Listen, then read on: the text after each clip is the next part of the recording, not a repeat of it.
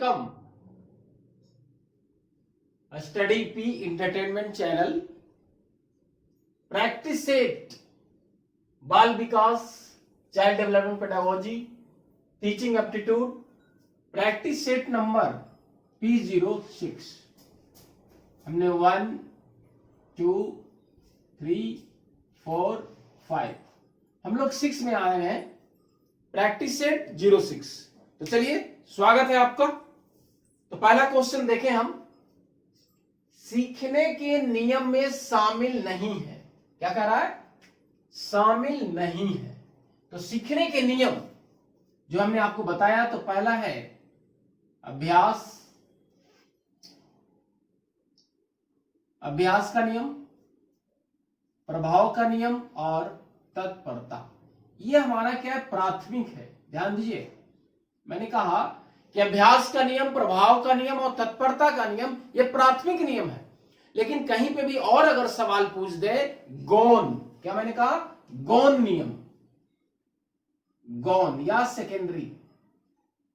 ध्यान दीजिए, तो सेकेंडरी में क्या है? बहु अनुक्रिया का नियम, मल्टीपल रिस्पॉन्स, मानसिक अभिवृत्ति का नियम. तीसरा सादृश्यता, एनालॉजी. और चौथा हमारा है पार्शियल एक्टिविटी, आंशिक क्रिया. और पांचवा है सहचर स्थानांतरण का नियम. ये 5 क्या है? गौण नियम. तो क्या नहीं है? नहीं है. तो अभ्यास तो है, तत्परता भी है और प्रभाव भी है. तो क्या नहीं है? खेल नहीं है. चलिए, आर्थिक स्तर का प्रभाव नहीं पड़ता है. आर्थिक स्तर का प्रभाव नहीं पड़ता है. आत्मसम्मान में पड़ता है. उच्च संस्थान में प्रवेश, अगर आप हायर एजुकेशन में अच्छी संस्थान में आपको एडमिशन लेना तो पैसा चाहिए. फिर कह रहा है जीवन यापन, इसमें भी पड़ेगा. तो कह रहा है सीखने की योग्यता और क्षमता में. तो अगर ऐसा होता, आर्थिक स्तर अगर प्रभाव पड़ता, तो आज किसान के बच्चे या आर्थिक स्तर के जो कमजोर हैं उनके भी बच्चे आईएएस आईपीएस कर रहे हैं. तो यहां पे लागू नहीं होता है. आर्थिक स्तर का प्रभाव सीखने की योग्यता और क्षमता पे नहीं पड़ता है. तो 2 का आंसर हो गया डी, सीखने की योग्यता क्षमता पे प्रभाव नहीं पड़ता है. क्वेश्चन नंबर 3 में आइए.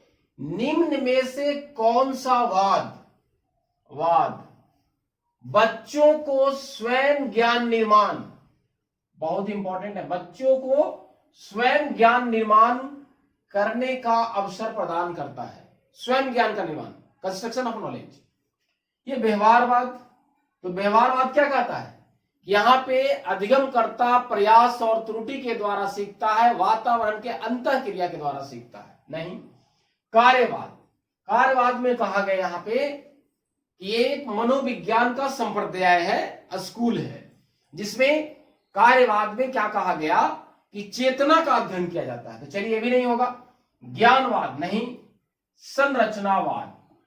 तो स्वयं ज्ञान का निर्माण, ध्यान दीजिए, स्वयं ज्ञान निर्माण ये हमारा संरचनावाद ही कहता है. और ये एनसीएफ 2005 में भी कहा गया कि संरचनावाद में बालक ज्ञान का निर्माण स्वयं करता है. अब यहां पे शिक्षक के द्वारा फैसिलिटी प्रोवाइड किया जाएगा. तो यहां पे कहा गया कि शिक्षक जो हमारा होगा, इसका सवाल पूछेगा कि शिक्षक की भूमिका क्या होना चाहिए. तो यहां की भूमिका है सुगम कर्ता या फैसिलिटेटर. ठीक है. तो चलिए, इसका आंसर हमारा तीसरा का डी हो गया, संरचनावाद. अब है समाज मिति तकनीक. ध्यान दीजिए, समाज मिति तकनीक का प्रयोग किया जाता है. समाज मिति का उपयोग क्यों किया जाता है, ये अभी हम आपको बताते हैं. इसको हम हटा ले. ये समाज मिति तकनीक की बात कर रहा है. तो ध्यान दीजिए, तकनीक हमारा 5 होता है. अवलोकन, परीक्षण, स्वाख्यान, और एक हमारा भी समाज मिति है, और एक है प्रक्षेपीय. ध्यान दीजिए, तो ध्यान से समझिए. अवलोकन, अवलोकन में अधिगमकर्ता के व्यक्ति, अधिगमकर्ता या व्यक्ति के कार्यों व्यवहारों का अवलोकन किया जाता है अति शीघ्र सेंसेस ऑर्गन, आंख के द्वारा या कान के द्वारा सुनने के बाद लिख लिया जाता है। ठीक है, तो ये हमारा अवलोकन, और ये अवलोकन फॉर्मल में भी होगा, इनफॉर्मल में होगा, मतलब क्लासरूम के अंदर भी बाहर भी। लेकिन परीक्षण यहां पे अधिगमकर्ता के कार्यों और व्यवहारों का व्यवस्थित और संगठित रूप से होगा, और परीक्षण में जो मापा जाएगा वो क्या होगा, ये हमारा फॉर्मल औपचारिक सिचुएशन में होगा। स्वाख्यान, स्वाख्यान में क्या होगा कि मापनकर्ता बालक को कहेगा कि आप अपने बारे में बताइए, अपना गुण को बतलाइए, ये होगा। अब आइए समाज नीति, समाज नीति में कहा गया कि मापनकर्ता क्या मापता है, तो सोशियोमेट्री जो शब्द है, ये सबसे पहली बात हम बता देते हैं आपको, ये मोरिनो के द्वारा दिया गया, मोरिनो समाज नीति है ना, समाज नीति मोरिनो के द्वारा दिया गया, और समाज नीति में अधिगमकर्ता के सामाजिक व्यवहारों, सामाजिक समायोजन और सामाजिक अंतःक्रिया का अध्ययन किया जाता है। और एक और है प्रक्षेपीय, इसका अंग्रेजी है प्रोजेक्टिव। प्रक्षेपीय में अधिगमकर्ता या व्यक्ति का अचेतन मन में छुपी हुई बातों को जानने के लिए प्रयोग किया जाता है प्रक्षेपीय। तब चलिए, समाज नीति तकनीक का प्रयोग किया जाता है तो क्या कहा, आर्थिक नहीं, पारिवारिक नहीं।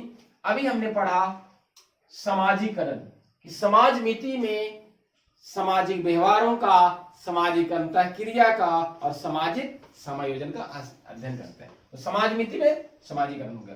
क्वेश्चन नंबर 5, शिक्षक को, ध्यान दीजिए, शिक्षक को गृह कार्य की जांच करनी चाहिए।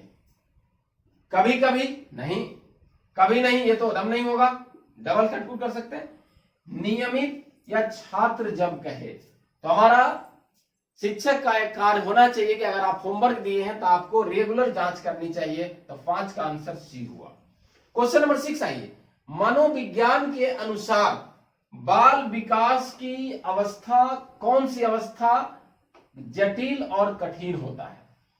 तो मनोविज्ञान कहा गया कि किशोरावस्था एक ऐसा अवस्था है, ध्यान दीजिए, किशोरावस्था, जिस अवस्था को कहा जाता है आंधी तूफान की अवस्था कहा जाता है। किसने कहा, ध्यान दीजिए, स्टेनली हॉल ने कहा।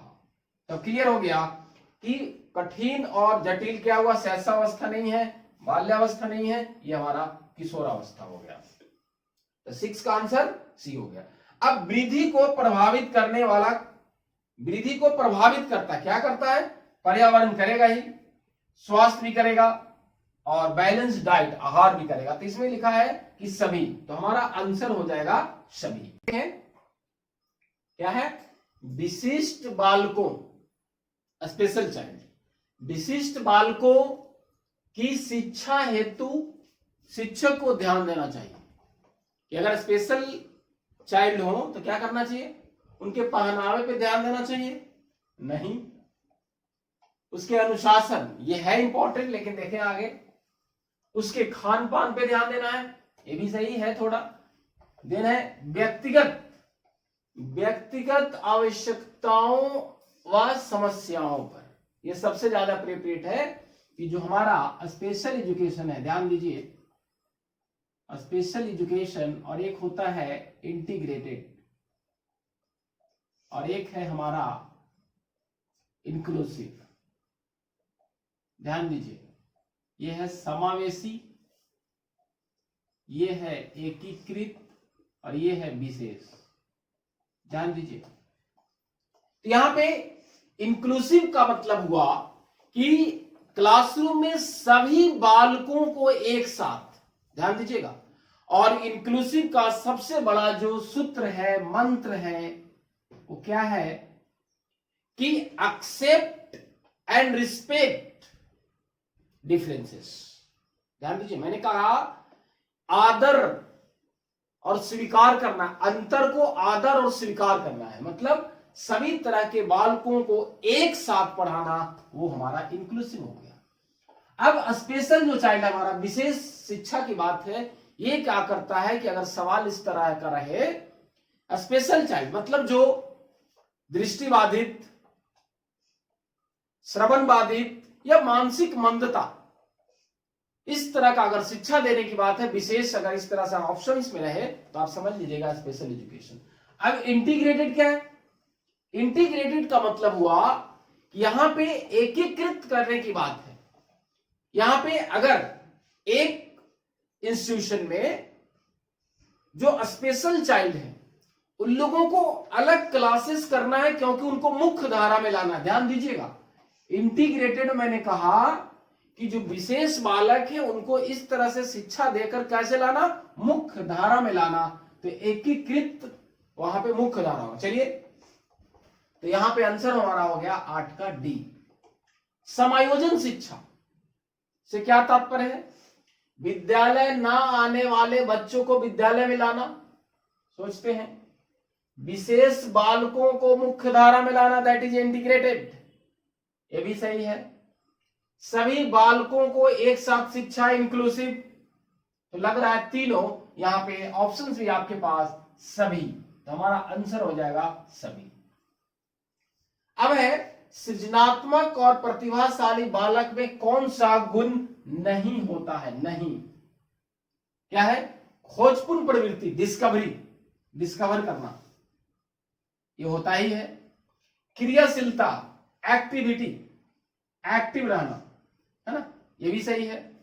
अंतर्दृष्टि, कि वो बालक क्या सूझबूझ के द्वारा सीखता है, ये भी सही है।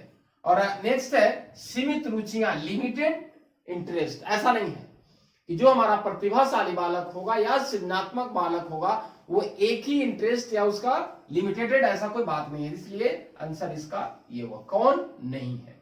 नेक्स्ट, छात्र असामाजिक व्यवहार, अनसोशल बिहेवियर, क्या मैंने कहा? अनसोशल व्यवहार करता है, तो शिक्षक क्या करेगा? शारीरिक दंड देगा, ये तो करना ही नहीं है। उपदेश, प्रवचन देने से कुछ नहीं होने का है।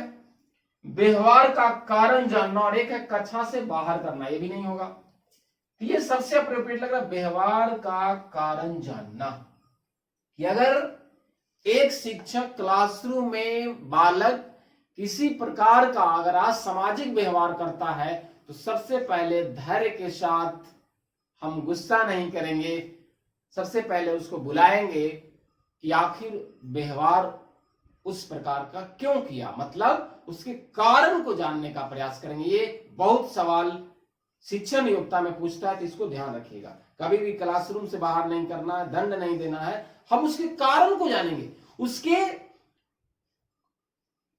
कॉजेस ऑफ रूट, उसके जड़ के में जो कारण है उसको समझेंगे। तो हमारा आंसर हो गया ये, व्यवहारों को, कारण को जानना। शिक्षा मनोविज्ञान का संबंध नहीं है। शिक्षा मनोविज्ञान, ये जो हमारा शिक्षा मनोविज्ञान है, शिक्षा मनोविज्ञान, ये क्या कहलाता है? कि मनोविज्ञान के नियमों और सिद्धांतों, मनोविज्ञान के नियमों, सिद्धांतों, तथ्यों, परिणामों का प्रयोग शिक्षा जगत में करते हैं, तो वो शिक्षा मनोविज्ञान कहलाता है। और ये जो एक और जो बहुत ज्यादा शिक्षण नियोक्ता में पूछा जाता है, वो क्या है? कि शिक्षा मनोविज्ञान, मनोविज्ञान की वह शाखा है जिसमें अध्ययन करते हैं किसका? शिक्षण और अधिगम का। मनोविज्ञान की वह शाखा जिसमें शिक्षण और अधिगम का अध्ययन करते हैं, ये स्किनर के द्वारा कहा गया, ये भी ध्यान रखिएगा। चलिए, तो क्या कहता है? मानव व्यवहार का अध्ययन करना, सही बात है। मानसिक प्रक्रिया का अध्ययन करना, ये भी है।